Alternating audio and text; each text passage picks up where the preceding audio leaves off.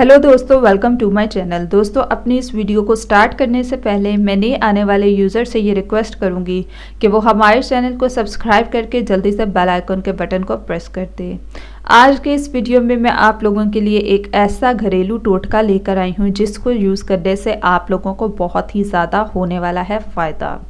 तो दोस्तों, आज का टोटका मेरा स्पेशली उन लोगों के लिए है जिनके सर में जुएं पड़ जाती हैं और वो जुओं की वजह से बहुत ज़्यादा परेशान होते हैं। ना किसी के साथ बैठ सकते हैं, ना किसी से बात कर सकते हैं और बस उनके सर में हारिश ही हारिश होती रहती है।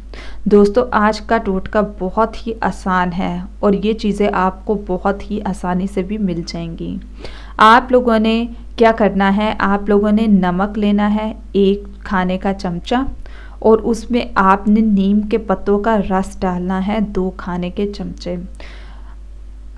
अब आपने इसको बहुत अच्छी तरह से मिक्स करना है। अब नीम का रस कैसे निकलेगा, 1 प्याली ले, उसमें आप नमक डालें और नीम के पत्तों का रस डालकर अच्छी तरह मिक्स करें। नीम के पत्तों को आप पीस लेंगे तो रस निकल आएगा।